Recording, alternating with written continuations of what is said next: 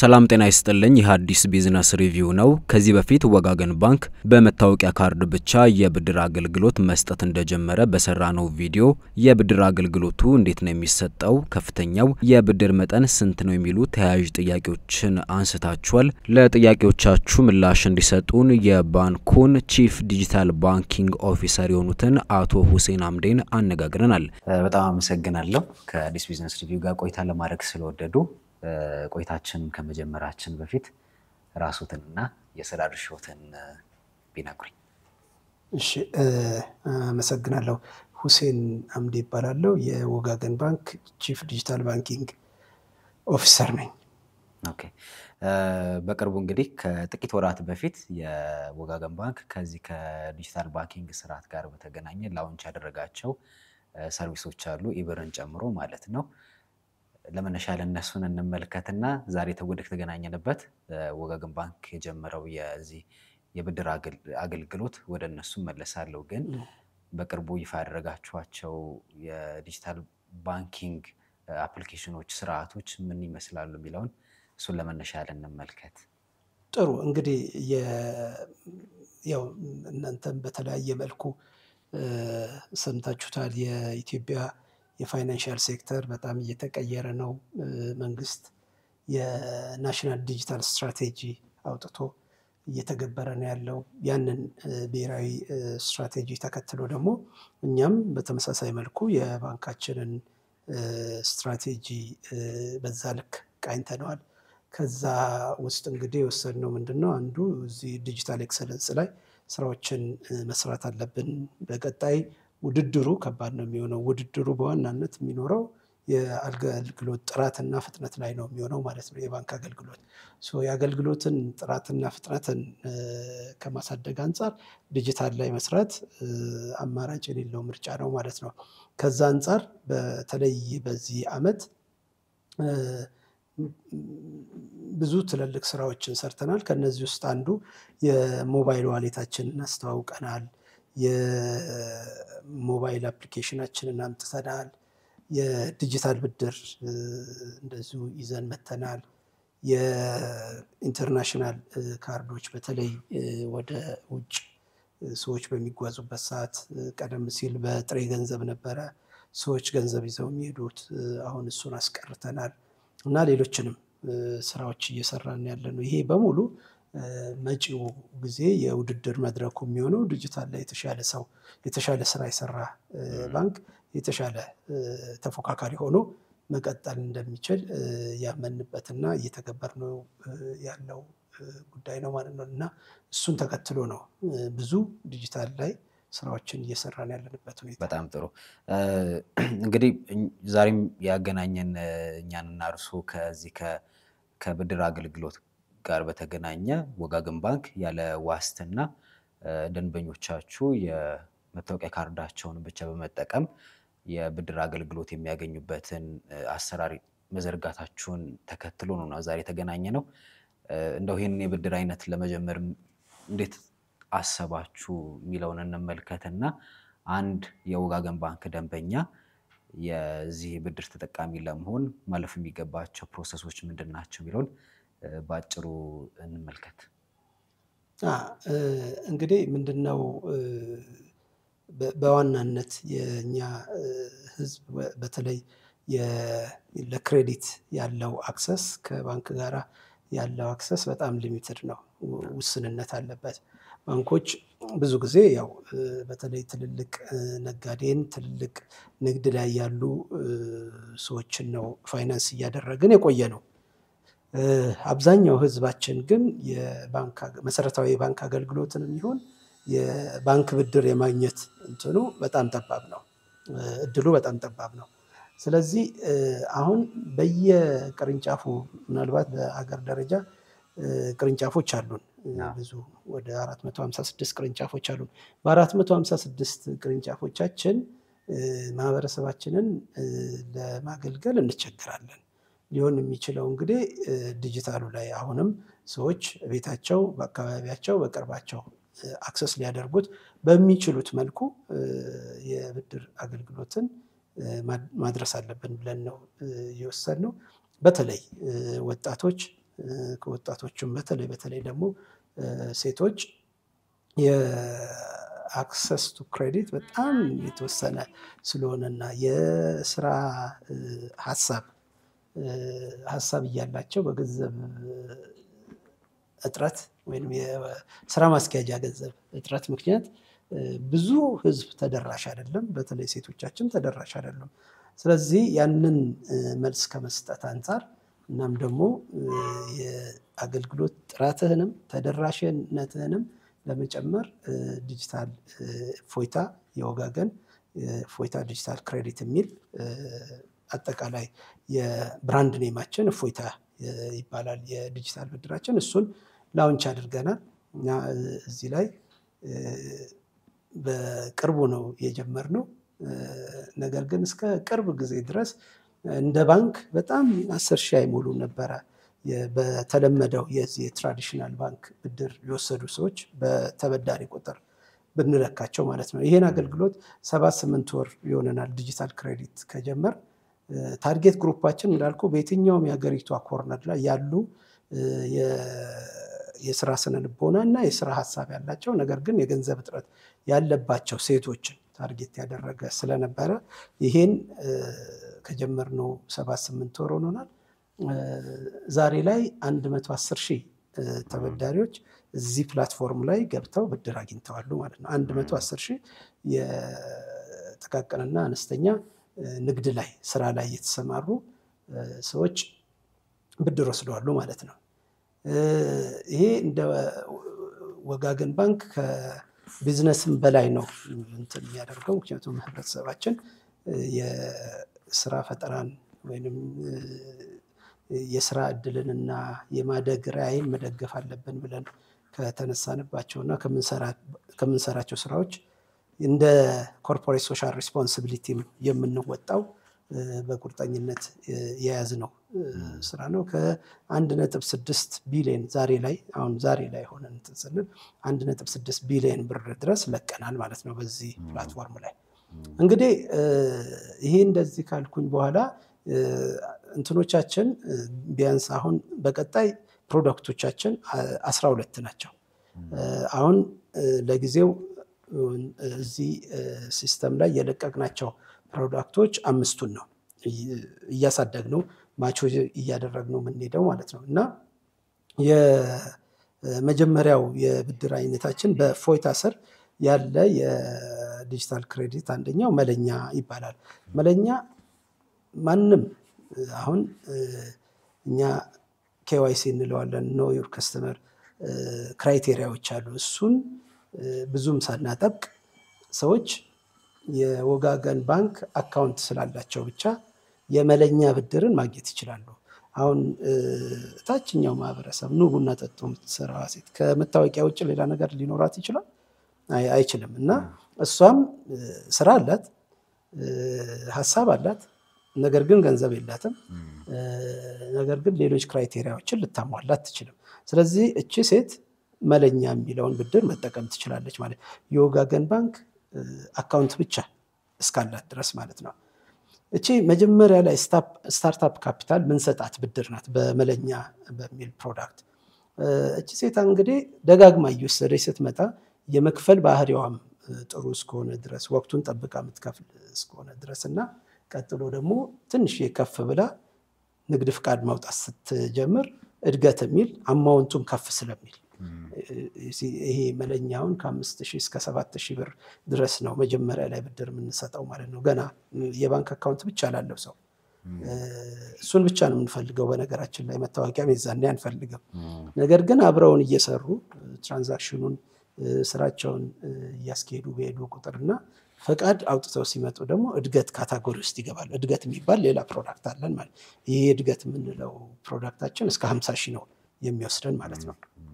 እና እድገት ላይ ደግሞ በተመሳሳይ መልኩ እየተከፈለ አብረውን እየሰሩ በቆዩ ቁጥር ወደ ሌላኛው ካታጎሪ እያደጉ ነው የሚመጡት ማለት ነው። አሁን እንግዲህ በዋናነት መለኛ፣ እድገት፣ ዋሴ የምንለው ብድር አለን። ዋሴ የምንለው በአብዛኛው ለደሞዝተኛው ማለት ደሞዝ መዳረሻ ሊሆን ይችላል ወይንም ደግሞ ድንገተኛ ለምሳሌ ሁላችንም ደሞዝተኞች አያርገውና ሰው ቢታመምብን ሌሊት ላይ ሆስፒታል ስትሄድ አሁን ክሊኒክ ብትሄድ ቅድሚያ ገንዘብ አስይዝ ትባላለህ። ስለዚህ እነዚህ ደሞዝተኛ የሆኑ ሰዎችና ከባንኩ ጋር ቀደም ያለ ግንኙነትና ሪሌሽን ካላቸው እነዚህም ዋስ የሚል ለደሞዝተኛ ብቻ ያዘጋጀነው የብድር አይነት አለን ማለት ነው። የዚህ የመለኛና የእድገት መጀመሪያ እንደገለጽኩልህ ታርጌት አድርጎ የሚሰራው ከ80 እስከ 90% ድረስ ሴቶች ላይ ነው። ነገር ግን ወንዶችም ደግሞ ኢንክሉድ መደረግ አለባቸው። ስለዚህ ለነሱ ደግሞ መቆያ የሚል ሌላ የብድር አገልግሎት አለን ማለት ነው። ወንዶችም ወይንም ደግሞ ሴቶቹ ለምሳሌ እድገት ላይ ያሉ ሴቶች እስከ 50 ሺህ መበደር የሚችሉ ሴቶች ነገር ግን አብረብትሊ በፍጥነት ሌላኛው ግሩፕ ላይ መግባት ወይንም ጊዜውን መጠበቅ የማይችሉና አስቸኳይ ከሆነ መቆያ ላይ መተው ከፍ ያለ ብድር መውሰድ ይችላሉ ማለት ነው። እሱ ወለዱ ትንሽ ከፍ ያለ ነው መቆያ ላይ ግን ሴትም ወንድም መበደር ይችላል። ለሁሉም ክፍት ነው ማለት ነው። ሌላው ይህን እንግዲህ ዲጂታል ስለሆነ ቅርንጫፍ ላይ መጥቶ ማመልከት አያስፈልግም። ከቅርንጫፎቻችን ላይ ባሉበት መምጣት ሳያስፈልግ ኦንላይን አመልክተ የምታገኘው ብድር ስለሆነ ነገር ግን ብድሩን ኦንላይን ለማመልከት ግን አንድሮይድ ስልክ ይፈልጋል። ብዙዎቹ እህቶቻችን ታች ያሉት ይሄ ስልክ ላይ ኖራቸው ይችላል። አይኖራቸውም ብለንም አሰስመንቱን ሰርተን ወስነናል። ስለዚህ ለነሱ ደግሞ በተለይ አሁንም ለሴቶች አሁንም ላንች የሚል ብድር አለን። ይሄ ላንች የሚለው ዲቫይስ ፋይናንሲንግ ነው። ከ7000 እስከ 8000 የሚያወጣ ስልክ ገዝተው ሪሲታቸውን አፕሎድ ካደረጉልን እኛ ፋይናንስ የምናደርጋቸው ወይንም ደግሞ ያንን ከስራ ማስኪያጃቸው ቀንሰው ስልክ ገዝተው ሊሆን ይችላል። ነገር ግን ስራቸው መጎዳት ስለሌለበት ኢንቮይሱን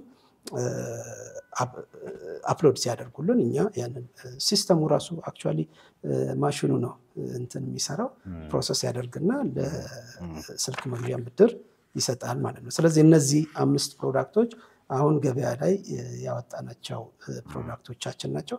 በቀጣይ ግን እያደገ የሚሄድ ነው። እስከ የመጨረሻው እንትናችን አሁን አንድ ለምሳሌ የባልትና ስራ የምትሰራ እህት ስራዋን ከመለኛ ጀምራ እድገት ገብታ እያደገች ትመጣና መጨረሻ ላይ ምናልባት ራሱ ሚሊንግ ወይንም ደግሞ ወፍጮ ቤቱን ማሽኑን መግዛት ብትፈልግ እዛ የሚያደርሳት የአሴት ፋይናንሲንግ ፕሮዳክት አለን።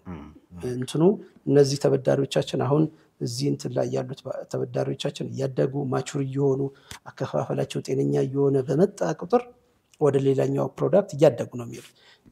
የመጨረሻው ፕሮዳክታችን ግን ማሽነሪ መግዣ ብድር ይፈልጋል። አሁንም እሱም ሪሌሽንሺፓቸው ካራክተራቸው ነው ዋስትናችን እንጂ ሌላ ምን ይዘው ምንም አይነት ዋስትና የለንም። ግልጽ እንዲሆን የወጋገን እፎይታን አፕሊኬሽን መጠቀም አለባቸው፣ ዳውንሎድ ማድረግ አለባቸው። እነዚህን የክሬዲት ወይም የብድር አገልግሎቶች እንዲያገኙ ማለት ነው። ስለዚህ የመለኛና እድገት ላይ እንቆይና የመለኛና እድገት ላይ ምናልባት እድገት ላይ ስንመጣ እስከ 50 ሺህ ብር ባንኩ የሚያመቻቸው የብድር አገልግሎት ላይ ከትንሽዬ ከፍ ብለው ንግድ ፍቃድ ማውጣት ይጠበቅባቸዋል። ለዚህኛው አገልግሎት የምትጠይቁት ዋስትና አለ? ወደ እድገት ስትመጣ አሁንም የደንበኛውን KYC ወይንም ደግሞ ተጨማሪ ዶክመንቴሽን እና ስራውን ቫሊዴት ማድረግ ስለምንፈልግ የመጀመሪያው መለኛ ሲወስድ ንግድ ፍቃድ የለውም፣ ነገር ግን ሐሳብ አለው፣ ስራ አለው፣ ይሰራል ማለት ነው። ከዛ በኋላ እነዚህ እንትኖች ሌላኛው ቢዝነሶቹንም ወደ ህጋዊ መስመር ማምጣት ያስፈልጋል። አሁን እዚህ ጋሪ እየገፋ የሚሰራው ሰውዬ እንደዚህ በዛቸው የወርኪንግ ካፒታል ሊሚት አይወሰንም፣ ከፍ ይላል። ፍሩት ቤት ሊከፍት ይችላል። ፍሩት ቤት ሲከፍት ግን ኢሌጋል ሆኖ መክፈት የለበትም፣ ላይሰንስ ማውጣት አለበት። ስለዚህ የኛ ሪኳየርመንት አሁንም ከመለኛ ወደ እድገት በሚመጣበት ሰዓት አሁን ከፍ ወዳለ ገንዘብ እየመጣህ ነው። ስለዚህ ቢዝነስን ሌጋል አርግ ነው የምንለው። ሌጋል አርግ ማለት ላይሰንስ እንፈልጋለን፣ ቲን ነምበር እንፈልጋለን። አሁን ደግሞ በተለይ ናሽናል አይዲን እንጠይቃለን ማለት ነው ስፔሻሊ አዲስ አበባ ላይ ናሽናል አይዲ በሰፊው ተዳርሷል ብለን ምናምነው አዲስ አበባ ላይ ስለሆነ ሌሎች አካባቢ ላይ ቲን እና ላይሰንስ ካያዙልን በቂ ነው ሌላ ዋስትና ምን ይዘው ነገር የለም ዋስትናችን እንዳልኩ ነው ሪሌሽንሺፑ እና ደግሞ ካራክተራቸው ባህሪያቸው የሚለካው ብድር ወስደው በወቅቱ ይከፍላሉ አይከፍሉም ዜን ከዛ በኋላ ደግሞ በሚሰሩት ስራ የሚገኘውን ካሽ በእኛ በኩል ያገላብጡታል ወይ ጥሩ ተርኖቨር አላቸው ወይ ይሄ ነው የሚወስነው ማለት ነው እንጂ ዋስትና ምን ይዘው ነገር የለም በጣም ጥሩ በተለይ የዚህ የመለኛ ላይ ሲጀምሩ ከ80 እስከ 90% ሴቶችን ታርጌት ያደረገ አገልግሎት የሚሰጥ የዲጂታል የብድር አገልግሎት ሰጪ ፕላትፎርም ነው አንዲት ሴት ጀማሪ ስራ ፈጣሪ ሆነች አንዲት ሴት ይሄኛውን አክሰስ ለማድረግ ወደዚህኛው ስርዓት ስትገባ መነሻ ኢኒሻል የብድር መጠኑ ስንት ነው ቁጠባ የጀመረች አንዲት ሴት ይሄንን ብድር ለማግኘት ብትፈልግ ያላትን የትራንዛክሽን ታሪክ ትመለከታላችሁ ወይስ እንደገባች ታገኛለች ምታገኝስ ከሆነ ምን ያህል ነው መጠኑ የሚለውን መለኛ ላይ ታገኛለች ማለት እንዳልኩ መጠኑ በአብዛኛው 5000 ላይ ፎል የሚያደርግ ስለሆነ ኢሚዲየትሊ የባንክ አካውንት እስካላት ድረስ ታገኛለች ከፍ ወዳለው ለመምጣት ነው ትራንዛክሽን ሂስትሪ ምን ፈልገው ትራንዛክሽን ሂስትሪ ማለት ያው አካውንቷን ምን ያህል ተጠቅመዋለች መጠቀም ብቻ አይደለም ባይዘው እንትኑ የዚህ የሎን ጥያቄውን የብድር ጥያቄውን ፕሮሰስ የሚያደርገውና ጀጅ የሚያደርገው ማሽን ነው ስኮሪንግ ማሽን አለን ሬት ያደርጋል ማለት ነው ሬት ሲያደርግ አንዳንዴ አሁን ወጣቶች እዛ ላይ እንዳይሳሳቱ መፈልገው ለምሳሌ እኛ ትራንዛክሽን ሂስትሪ እናያለን ወይንም ደግሞ ይሄን ብድር የምንወስነው እንደዚህ ኦንላይን ነው ስለዚህ ትራንዛክሽን ሂስትሪ ኢምፖርታንት ነው ተብሎ ሲባል አንዳንድ ሰው ብድር ይወስዳል አሁንም ይዘጋዋል ዛሬ ሆኑ 3-4 ይወስዶ ሊዘጋው ይችላል ይሄን አይሸወድም እንትኑ ሲስተም ስለሆነ እንደዚህ አይነት እንትኖች እንደም ሰስፔክት ነው የሚያረጋቸው ተጠርጣሪ ነው የሚያረጋቸው እንትን እንዳያደርጉት ነገር ግን ተፈጥሯዊ ፍሎ አለ አይደል ካሽ አንተ 10000 ብር ኖሮ በዛ ምትነግድ ከሆነ በዛ ግብይት ምትፈጽም ከሆነ ተፈጥሯዊ የሆነ ናቹራል የሆነ ትራንዛክሽን አለው ከዛ ግን ከወጣ አውትሌየር ነው የሚሆነው አይደል ዛሬ ወስደ ዛሬ እንደዚህ የምታገላብጠው ከሆነ አውትሌየር ነው የሚሆነውና ምናልባት ብድርም ላይፈቅድልህም ይችላል እንትናቸው ነገር ግን እንዳልኩ መለኛ ላይ ኢሚዲየትሊ ማግኘት ትችላለች ወደ እድገት በመትመጣበት ሰዓት ግን እነዚህ የስኮሪንግ ትራንዛክሽን ሂስትሪ የሪፔመንት ካራክተር የመክፈል ባህሪያት እነዚህ ዋጋ አላቸው ባንካችሁ ይሄንን አገልግሎት መለኛ ላይ አንድ ሰው የባንኩ ደንበኛ እስከሆነና ማንነቱን የሚገልጽ መታወቂያ እስከያዘ ድረስ ያንን የብድር አገልግሎት ማግኘት ይቻላል ሲባል ምናልባት ሊያጋጥሙ የሚችሉ መጭበርበሮችን እንትን ለማለት ለመከላከል እና ደግሞ አንዳንድ የግለሰቦችን መረጃ ትክክለኛነት ለማረጋገጥ የምትወስዷቸው የጥንቃቄ እርምጃዎች አሉ ኦፍ ኮርስ ሲስተሙ በራሱ እንትን የሚያደርገው ነገር አለ ግን ሰው ሰራሽ የሆኑ እክሎችን ችግሮችን ባንኩ ላይ እንዳይፈጠር ያደረጋችሁት ቅድመ ዝግጅት አለ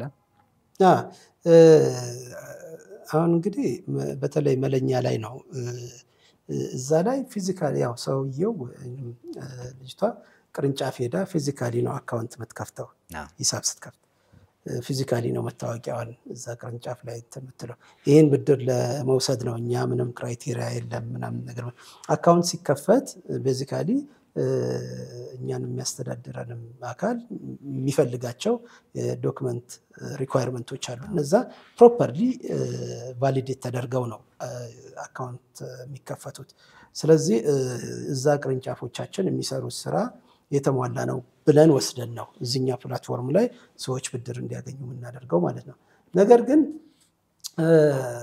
በዚህም ሂደት ውስጥ የሚሾልኩ ነገሮች ይጠፋሉ ማለት አይደለም ምናልባት ጄኒውንም ሆኖ ዶክመንቱም ትክክለኛ ሆኖ ምንም ችግር የሌለበት ብድር ወስዶ ላይከፍል ይችላል እንደዚህ አይነት እንትኖች ሪስክ አፒታይት እንደ ባንኩ የሪስክ አፒታይቶች ይኖሩሃል ማለት ነውና ሌላው ምን አለ መሰለ በየፕሮዳክቱ የከፋፈልንበትም አንዱ ምክንያት ለምሳሌ በየጊዜው አሰስመንት እና አናሊሲስ እንሰራለን ዲፎልት ሬታችን የትኛው ፕሮዳክት ላይ ነው ያለው እንበልና መለኛ ላይ ነው፣ እድገት ላይ ነው፣ ዋሴ ላይ ነው፣ መቆያ ላይ ነው፣ የትኛው ፕሮዳክት ዲፎልት ሬቱ ከፍተኛ ነው ለምን የሚለውን አሰስመንት እንሰራና በየጊዜው ማስተካከያ የምንወስድባቸው ጊዜያቶች አሉ። አንዳንድ ፕሮዳክቶች ስኮሪንግ ሬታቸውን ከ500 ነው የሚያርመው እና ቢያንስ 300 ማምጣት አለበት አንድ ተበዳሪ በተቀመጡት ክራይቴሪያዎች መሰረት። በዛ መሰረት ስኮሪንግ ሬቱን 300 አርገን ወስደነው ሊሆን ይችላል። ነገር ግን ዲፎልት ሬቱ ከፍ በሚልበት ሰዓት ስኮሪንግ ሬቱን 400 ታደርገዋለህ፣ ትንሽ ታጠብቅበታለህ ማለት ነው። ስለዚህ ሾልከው የሚገቡ ሰዎችን ለመከላከያ የሚረዳ ነው። አዘንድ ግን ምንድነው ዋናው ነገር ይህን ፕሮዳክት ይዘን ስንመጣ አንዱ ወጣቶቻችንን አምነን ነው። ለምንድነው ይሄ አክሰስ ያልነበረ አክሰስ ነው። ብድር በዚህ መልኩ ለስራ የስራ ሐሳብ ላለው ሰው የስራ ገንዘብ የስራ ማስኬጃ ገንዘብ በዚህ መልኩ አክሰስ መፍጠር ትልቅ ነገር ነው። ስለዚህ ወጣቶቻችን ደግሞ የማደግ ራዕያቸውን በዚች ትንንሽ ነገር ያበላሿታል ብለን አንጠብቅም። ነገር ግን የራሳችንም ግምትና የሪስክ አፒታይትም ይኖረናል። አንዱ ከተበዳሪ ብዙ ጊዜ ከሚያነሳው ጥያቄ መካከል ወይም ደግሞ መሰረታዊ ተብሎ ከሚነሱ ጥያቄዎች መካከል አንዱ የብድር መመለሻ ጊዜ ርዝመትና እጥረት የተበዳሪን የመበደር ፍላጎት ይወስናል ተብሎ ይታሰባልና በእነዚህ ቀደም ተብሎ እናንተ ባስቀመጧቸው 5 የብድር አይነቶች ውስጥ የመመለሻ ጊዜያቸው ምን ይመስላል? እንዴት ነው እሱ ላይ? እንግዲህ እያንዳንዱ ፕሮዳክት የራሱ የሆነ የመመለሻ ጊዜ አለው። ነገር ግን ፕሮዳክቱን አንዱ በየጊዜው አናሊሲስ እና አሰስመንት እንሰራለን የምንለው ከዚህ አንፃር ነው። የደንበኞቻችን ቢሄቪየር ባህሪ እና ፕሪፈረንስ ምርጫቸው ምን ይመስላል። አንዳንዴ ፕሮዳክት ይዘህ መጥተህ ላሸጠው ትችላለህ ባልከው መሰረት። ለምሳሌ የክፍያ ጊዜው በጣም የተጣበበ ይሆንና ሰዎች ላይ ፈልጉት ይችላሉ። ስለዚህ እሱን ቶሎ ብለህ ማየት መተንተንና ማስተካከያ እርምጃዎችን መውሰድ ግድ ነው የሚሆነው። ሁሉም የራሳቸው የመክፈያ ጊዜ አላቸው። እኛ እንግዲህ ምንድነው በተለይ ለጥቃቅን ብድር እንደመሆኑ መጠን እናም ደግሞ ጥቃቅኑ ቢዝነስ አሁን መደብ ላይ የምትሰራው እናታችን ዛሬ ጠዋት ላይ አትክልት ተራ ሄዳ አትክልት መግዣ ነው የምትፈልገው ብለን እናስባለን። ያው ትክክል ነን ትክክል አይደለም የሚያርመን ደንበኞቻችን ናቸው። አትክልት ገዝታ ሸጣ ማታም ልትከፍለን ትችላለች፣ በአንድ ቀንም ልትከፍለን ትችላለች ብለን እናስባለን። እናም መልሳ ስለምትወስደው በማግስቱ መልሳ ስትወስድ ግን ገንዘብ ስለሚጨምርላት እና ሚኒመም 15 ቀን እንሰጣለን በርግጥ። ነገር ግን 15 ቀን በስቶም ሊሆን ይችላል አንሶም ሊሆን ይችላል። በየጊዜው ማቹሪቲ አናሊሲስ መስራት መቻል አለብን። የከስተመሮቻችንን ፕሪፈረንስ ማጥናት መቻል አለብን።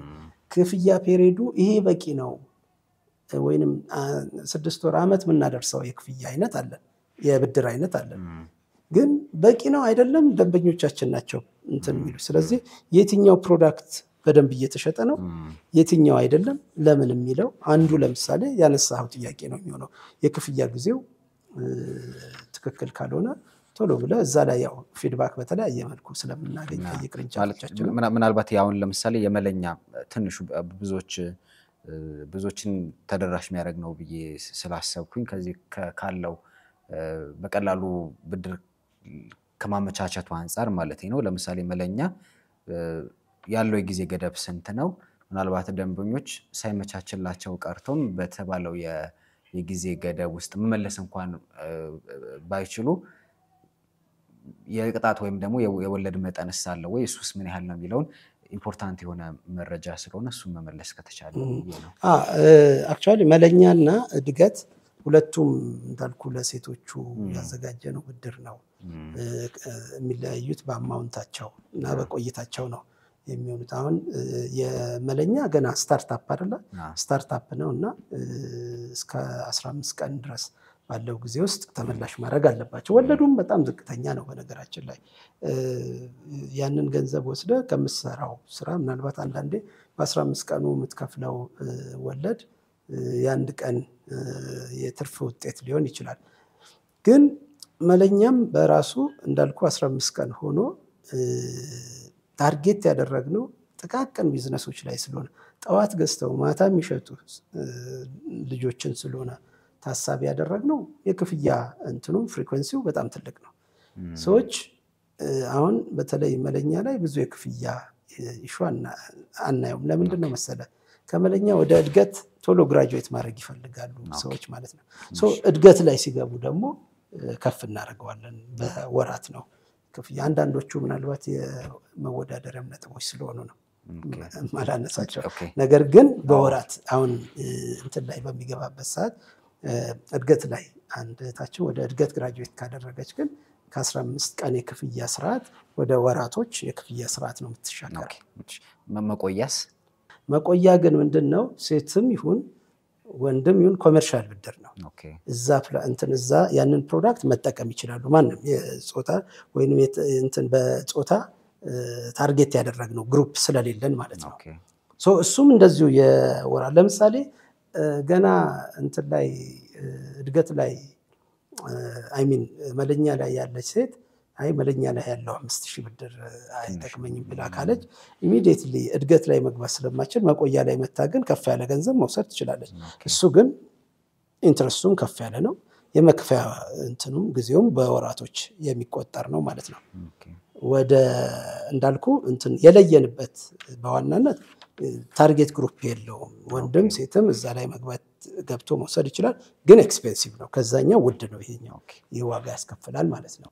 ምናልባት ደንበኞች ይሄን ቪዲዮም ተመልክተው የሚሆን እናንተ በይሄንን አገልግሎት በመታስተዋውቁበት መንገድ ተረድተው ይሄንን ብድር አገልግሎት ለመጠቀም ቢፈልጉ ምናልባት እንደ ዲጂታል ባንኪንግ ባለሙያነቶ ደንበኞች ይሄን ብድር ከመጀመራቸው ወይም ወደዚህ ብድር ከመግባታቸው በፊት ማወቅ ያለባቸው መሰረታዊ ነገር አለ የሚሉት ነገር አለ? ምንድነው እሱ? አክቹአሊ ማወቅ ሳይሆን አደራ ነው ማለት። ይሄ እንደዚህ አይነት ብድሮች አሁን ባንኮችን ማህበረሰባችን ባንኮችን ሊያበረታታ ይገባል። ቀደም ሲል ቋሚ ሀብት ከሌለ፣ ቤት ከሌለ፣ መኪና ከሌለ፣ ማሽነሪ ከሌለ የባንክ ብድር ማግኘት አትችልም ነበር። አሁን ግን እነዚህን በሙሉ ቴክኒክና ሙያ ኮሌጆች የሚወጡ ወጣቶች ከተለያየ ቦታ ግራጁዌት የሚያደርጉ ልጆች እነዚህን ማቅረብ አይችሉም። ነገር ግን ሐሳብ አላቸው። ስለዚህ ይሄን ሐሳባቸውን ሊደግፍ የሚችል አገልግሎት ነው እና እሱም ኢንቨስትመንት ገንዘብ ነው አውጥተን እየሰጠን ያለነውና እዛ ላይ ባንኮች ዲስከሬጅ እንዳይሆኑ በጥንቃቄ እንዲጠቀሙት ለሚያስፈልግ ነገር ብድር ከወሰድክ ብድር በርግጥ በተለይ ስራ ለሚሰራ ሰው ምንድነው ያበረታል። ምክንያቱም ሰርተ የባንክ ወለድ ከፍለ ዋናውን ዕዳን ከፍለ እንደገና ሌላ ጊዜ ወስደ አድጋለሁ ብለ ስለዚህ የማደግ ራዕይ የመስራት ፍላጎት ያላቸው ሰዎች ብቻ እዚህ ላይ እየገቡ ተጠቃሚ እንዲሆኑ አደራ ነው ምለው። ባንኮችን በዚህ ረገድ ይሄ የሚያበረታታ ውጤት እንዲመዘገብ ያስፈልጋል። ከዚህ በላይ እኛ ባንኮች አሁን መወዳደር መቻል አለብን።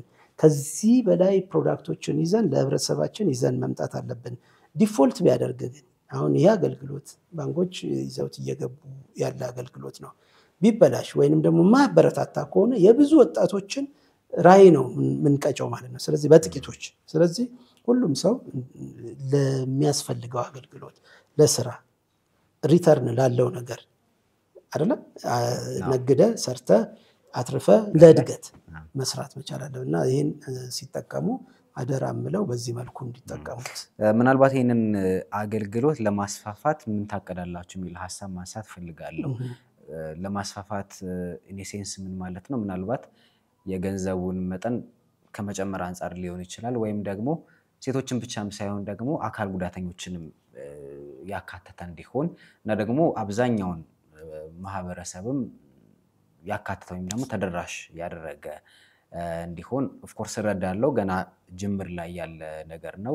እንደ ባንክ ብቻም ሳይሆን እንደ አጠቃላይ የዲጂታል የሎን ሲስተም አዲስ ነገር ነው ለማህበረሰባችን ለኛም ማለት ነው። እና ይሄንን ከማስፋፋት አንፃር ምናልባት ያቀዳችሁት እቅድ አለ ራዕይ ያለ ለምሳሌ የዛሬ አመት የዛሬ 2 አመት የዛሬ 5 አመት ይሄን ነገር እዚህ ጋር እናደርሰዋለን የሚል ሙያዊ ግምት ያስቀመጣችሁት አለ እንደ ባንክ እንደ ዲጂታል ባንኪንግ መሪ ነው? ትክክል ጥሩ ጥያቄ ነው። በእርግጥ እኛ ታርጌታችንን በጾታ ስንከፋፍለው አካል ጉዳተኛ እንደዚህ ላለ ማለት ነው። ስለዚህ አሁን እንደምታየው አሁን ጊዜው በጣም ጥሩ ነው። ብዙ የአካል ጉዳት ያለባቸው ሰዎች ጠንካራ ስራ ሲሰሩ ታያለና ስለዚህ እነሱን በይበልጥ የምናበረታታበት ነው የሚሆነው።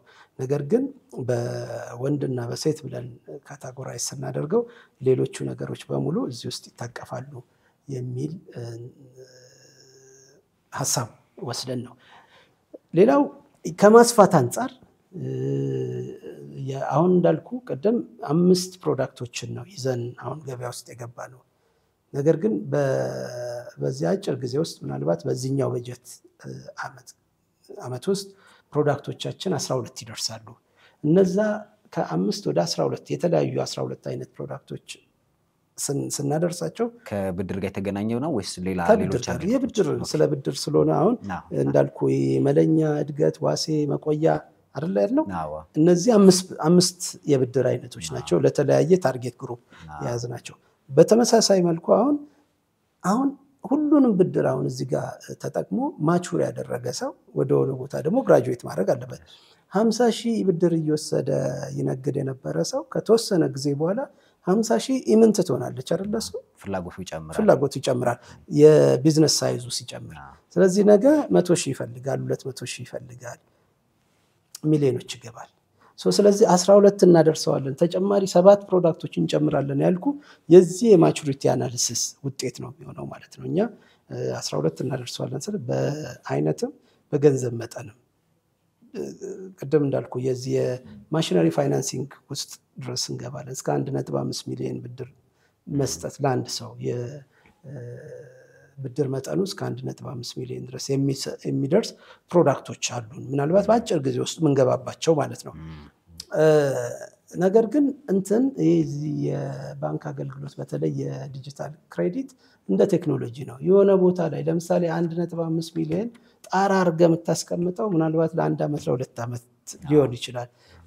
እዛኛው ካታጎሪ ላይ ደግሞ ብዙ ወጣቶች ተጠቃሚ ይሆናሉ ዲማንዳቸው ይጨምራል ከዛ ያልፋል ዲማንዳቸው። ስለዚህ ቶሎ እያጠና ማስተካከያ እየወሰድክ አዳዲስ ፕሮዳክቶችን እየጨመር እንሄድባቸዋለን። ይሄ ነው እቅዳችን። ከቁጥር አንፃር የስትራቴጂ አመታችን ከዚህ በኋላ 1 አመት ተኩል አካባቢ ይቀረዋል። አጠቃላይ በኮርፖሬት ሌቭል የባንክ ዋይድ ስትራቴጂ አለን ከሱ ጋር አጣጥመን ለመሄድ የሞከርነው አለ። እስከ አሁን ቅድም እንዳልኩ 110,000 በዚህ አጭር ጊዜ ውስጥ 110,000 ተበዳሪዎች አሉን 110,000 ደንበኞች አሉን ማለት ነው። እዚህኛው ላይ እንደ እቅድ ግን ያዝነው 900,000 መድረስ ነው።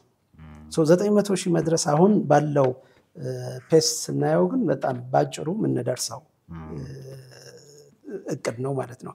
ብዙ የሚያንጠራራን እቅድ አይደለም። ስለዚህ ባጭሩ እንደርሳለን ብዬ ነው የምንገምተው። የዛኔ ግን እንዳልኩ ቶሎ ማስተካከያዎችን ፕሮዳክቶችን መጨመር ሜቢ ዲጂታል ክሬዲቱ ራሱ ኦፕሬት የምታደርግበትም ቴክኖሎጂውንም ልንቀይረው እንችላለን። ገባ ኤአይ አለ ሌሎች አማራጮችም አሉ። ቅድም ያነሳው ለምሳሌ ከሪስክ አሁን በተለይ የገንዘብ መጠኑ ከፍ በሚልበት ሰዓት ፍራውዶች ይኖራሉ ማጭበርበሮች ይኖራሉ። እነዛንም ከመጠንቀቅ አንፃር ደግሞ ሌሎች የሪስክ መከላከያ ቱሎችን እንጠቀማለን። ጥያቄዎችን ጨርሻለሁ። ያሰባችኋቸው ሐሳቦች ከፍሬ እንዲደርሱ እመኛለሁ። ምናልባት መጨረሻ መባል አለበት ይሄ ነገር ቀርቷል የሚሉት ሐሳብ ካለ እሱን መስማት እችላለሁ። እንግዲህ አብዛኞቹን በተለይ ከዲጂታል ክሬዲት አንፃር አንስተ የጠየቀኝ ጥያቄዎች ከሞላ ጎደል ሄደንባቸዋል። ያው በተለይ ወጣቶች ከወጋገን ባንክ ጋራ አብረው እንዲሰሩ እድሉን ከመፍጠር አንፃር ብዙ ጊዜ አሁን ቅርንጫፎችን በመክፈት አይደለም ደንበኞቻችንን ተደራሽ ለማድረግ እየሞከርን ያለነው። አሁን ደግሞ የዚህ የወጋገን ኢብር የሚል የሞባይል ዋሌትም ይዘን መጥተናል። የወጋገን ኢብር ዋሌት ይዘን ስንመጣ በሀገር ደረጃ 3 የባንክ ተጠቃሚ ወይንም ደግሞ የባንክ አገልግሎት እድል ያገኙ ሰዎች አሉ። ሙሉ ለሙሉ በተለይ ከተማ አካባቢ የባንክ አገልግሎት የሚያገኙ አሉ። ወጣ ስትል በከፊል የባንክ አገልግሎት የሚያገኙ አለ። በተለይ ደግሞ ከዛ ወጣ ስትል ደግሞ ጭራሽ የባንክ አገልግሎት የማያገኙ የማህበረሰብ ክፍሎች አሉ። ስለዚህ እነዚህን ሁሉ ተደራሽ ለማድረግ የወጋገን ኢብር 24 ሰዓት 7ቱንም ቀን ሰርቭ ሊያደርጋቸው የሚችል ፕሮዳክት ይዘን መጥተናል። ያ የወጋገን ኢብር እዛ ላይ ደግሞ ጭራሽ የባንክ አካውንትም ላያስፈልግ ይችላል። የሴልፎን ሞባይል ቁጥር እስካለህ ድረስ እዛ ላይ ኮከብ 602 በመደወል ራስህ የዋሌት አካውንትን መክፈት ትችላለህ። በዛ በከፈትከው የዋሌት አካውንት ላይ ገንዘብ መቀበል ትችላለህ፣ ገንዘብ መክፈል ትችላለህ። ፋይናሊ ደግሞ የብድርና ሌሎች ተጨማሪ አገልግሎቶችን በምትፈልግበት ሰዓት በቅርብህ ወዳለ ቅርንጫፍ ሄደ የባንክ አካውንት መክፈት ብቻ ይጠበቅብሃል ማለት ነው። ስለዚህ ይሄን ፕሮዳክት ስላለ ወጣቶቻችን ይሄንንም በደንብ እንዲጠቀሙ፣ ቴክኖሎጂን ጠጋ እንዲሉ፣ ባንክን ጠጋ እንዲሉና እድገታቸውን እንዲያሳምሩ አደራ እላለሁ። አቶ ሁሴን ስለሰጡኝ ሐሳብ በጣም አመሰግናለሁ። አመሰግናለሁ።